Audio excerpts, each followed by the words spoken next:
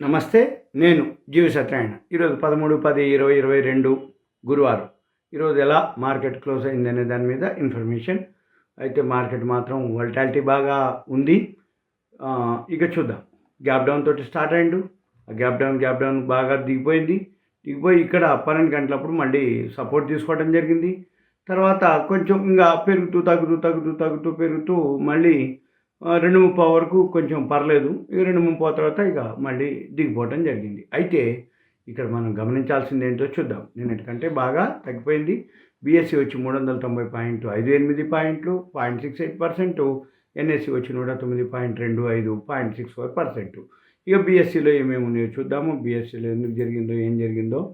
ఇక్కడ బీఎస్సీలో 30 కంపెనీలు ఉంటాయి. 30లో 8+22 మైనస్ టాప్ గెయినర్స్ ఏవైతే ఉన్నాయో హెచ్ఎల్ టెక్ రిజల్ట్స్ బాగున్నాయి కాబట్టి HCL tech, sun pharma, Reliance ఇవి నిలబడ్డాయి. ఇంకా లేకపోతే రిలయన్స్ కనుక లేకపోతే ఇంకా పడేదన్నమాట. ఓకే, ఇక చూద్దాం. మళ్ళీ ఎన్ఎస్సీకి వస్తున్నా. ఎన్ఎస్సీలో మనం కనుక గమనించినట్టయితే ఎన్ఎస్సీలో ఏవైతే 50 ఉంటాయో ఎన్ఎస్సీలో నిఫ్టీ 50లో 12 ప్లస్ 36 మైనస్ 48 2 అన్చేంజ్ టోటల్ 50లో. తర్వాత ఈరోజు టాప్ గెయినర్స్ వచ్చి HCL tech, sun pharma same. బీఎస్సీలో అవే ఉంటాయి, ఎన్ఎస్సీలో కూడా అవే ఉంటాయి. Sun pharma, coal India, doctor Reddy's lab, Tata motors ఇవి. తర్వాత ఈరోజు కూడా నిన్న అన్ని సెక్టార్లు పాజిటివ్లో ఉన్నాయి. ఈరోజు అన్ని సెక్టార్లు కూడా నెగిటివ్లో క్లోజ్ అవటం జరిగింది. నిఫ్టీ నెక్స్ట్ 50 బాగా పట్టడం జరిగింది. మిడ్ క్యాప్ బాగా పడింది. ఇక తర్వాత ఇండియా విక్స్ వచ్చి 20.29, 0.57% పెరగటం జరిగింది. ఇక సెక్టోరల్ వచ్చి బ్యాంక్ నిఫ్టీ వచ్చి 494.55 అది ఎక్కువ పట్టడం జరిగింది. 12 ఏవైతే బ్యాంక్ షేర్లు ఉంటాయో 12 కూడా మైనస్లోనే క్లోజ్ అవటం జరిగింది. ఇక తర్వాత మీడియా బాగా కొంచెం పర్ఫామ్ చేయడం జరిగింది. ఫార్మా ఇవాళ కొంచెం ప్లస్లో క్లోజ్ అవడం జరిగింది. ఇక తర్వాత మనము ఎఫ్ఎండ్ఓలో ఏదైతే నిఫ్టీ ఉందో ప్రీ మార్కెట్ 36 పాయింట్లే మైనస్, కానీ ఓవరాల్గా ఇప్పుడు ఎంత మైనస్ 109 పాయింట్లు మైనస్లో క్లోజ్ అవటం జరిగింది. ఇక తర్వాత ఏం జరిగిందో చూద్దాం. మనీ కంట్రోల్కి వెళ్తే మనీ కంట్రోల్లో ఇన్ఫర్మేషన్ ఉంటుంది.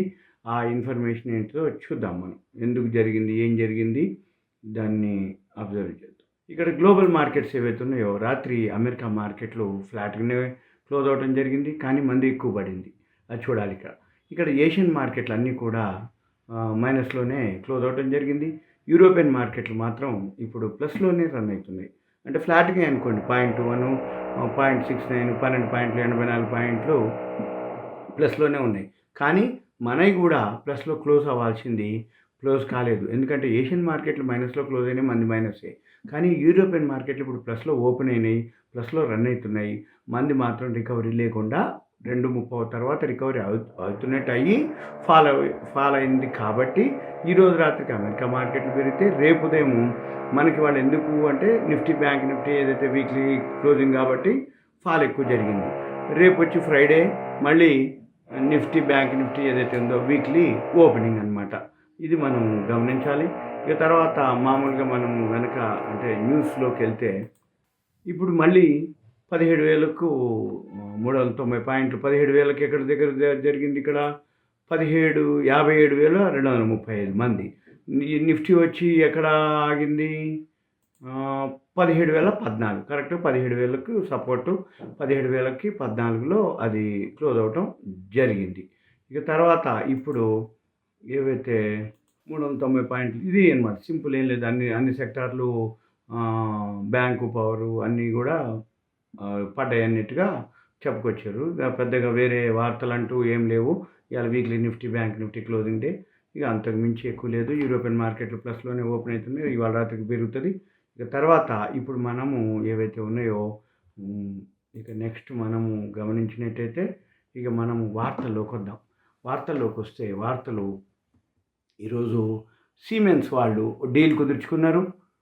ఎలక్ట్రిక్ బ్యాటరీ ప్రొడ్యూసర్ ఏసీసీ వాళ్ళకి ఎలక్ట్రిక్ వెహికల్స్ కోసం డీల్ కుదుర్చుకున్నారు ఏసీసీ తోటి సిమెన్స్ వాళ్ళు. తర్వాత RITES దానికి ఆర్డర్స్ రావడం జరిగింది. 499.41 కోట్లు బెంగళూరు మెట్రో రైల్వే స్టేషన్ నుంచి వాళ్ళకి ఇవ్వటం జరిగింది రైట్స్కి. తర్వాత German month consumer price index data రావడం జరిగింది. అంతా యాస్టీజ్ ఉంది. యాక్చువల్ 1.9, ఫోర్కాస్ట్ 1.9, ప్రీవియస్ కూడా 1.9 రావటం జరిగింది. ఏది జర్మనీ యొక్క consumer price index month on month.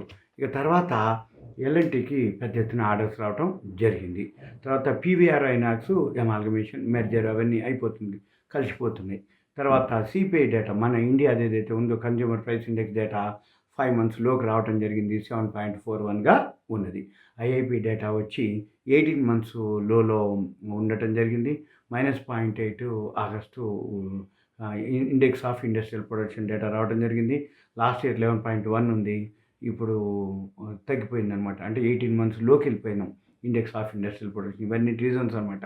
Market పట్టడానికి రీజన్స్, ఎఫ్ఐఎల్ అమ్మటం రీజన్స్ ఇవన్నీ. తర్వాత సోమ్ డిస్టిలరీస్ ఉంది, మ్యానుఫ్యాక్చరింగ్ ఒకటి, రాడికో ఖైతాన్తో టై అయిపోయింది, లిక్వర్ అనమాట, రెడీ టు డ్రింక్ బ్రాండ్స్ అని, అంటే రెడీ టు తాగటం కోసం రెడీగా ఉండేటటువంటి బ్రాండ్లని వాళ్ళు కర్ణాటకలో ఇంట్రడ్యూస్ చేయడం జరిగింది. రాడికో ఖైతాన్ మ్యానుఫ్యాక్చరింగ్, సోమ్ డిస్టిలరీస్ వాళ్ళు.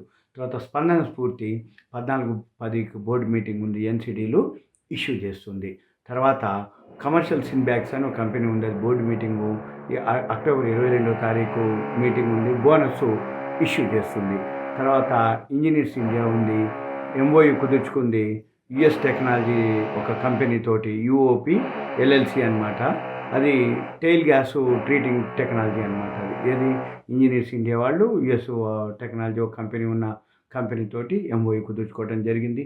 తర్వాత హెచ్ఎఫ్సిఎల్ హిమాచల్ ఫ్యూచరిస్టిక్స్ ఏదైతే ఉందో 39.1 కోట్లు ఆర్డర్స్ రావడం జరిగింది రిలయన్స్ ఇండస్ట్రీస్ నుంచి. హెచ్ఎఫ్సిఎల్ హిమాచల్ ఫ్యూచరిస్టిక్స్ అనమాట.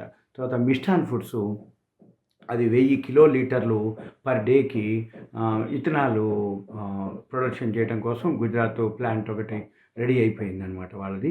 తర్వాత పూజా వెస్టర్న్ మెటాలిక్స్ అనే కంపెనీ ఉంది, దానికి ఆర్డర్స్ రావడం జరిగింది యుఎస్ఏ నుంచి 15.122 million, 6,06,172 quantity lead free brass plumbing parts అనమాట. అది పూజా వెస్టర్న్ మెటాలిక్స్కి యుఎస్ఏ నుంచి ఆర్డర్స్ రావడం జరిగింది. తర్వాత స్టెర్లింగ్ అండ్ విల్సన్ ఒక కంపెనీ ఉంది, అది దానికి ఆర్డర్స్ రావడం జరిగింది 2,212 కోట్లు ఎన్టీపీసీ నుంచి రావడం జరిగింది Reliance Sterling and Wilson renewable ఎనర్జీకి. తర్వాత మహారాష్ట్ర సీమ్లెస్కి అది బోర్డు మీటింగ్ ఉంది, అక్టోబర్ 17వ తారీఖు బోనస్ స్ప్లిట్టింగ్ చేస్తుంది.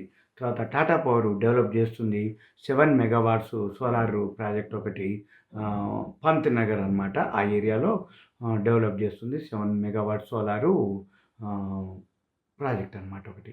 ఉగార్ షుగర్ ఏదైతే ఉందో అది కంప్లీట్ చేసింది 645 కిలోలీటర్స్ పర్ డే అనమాట. డిస్టిలరీ ప్లాంట్ ఒకటి ఉంది, అది చేయటం జరిగింది.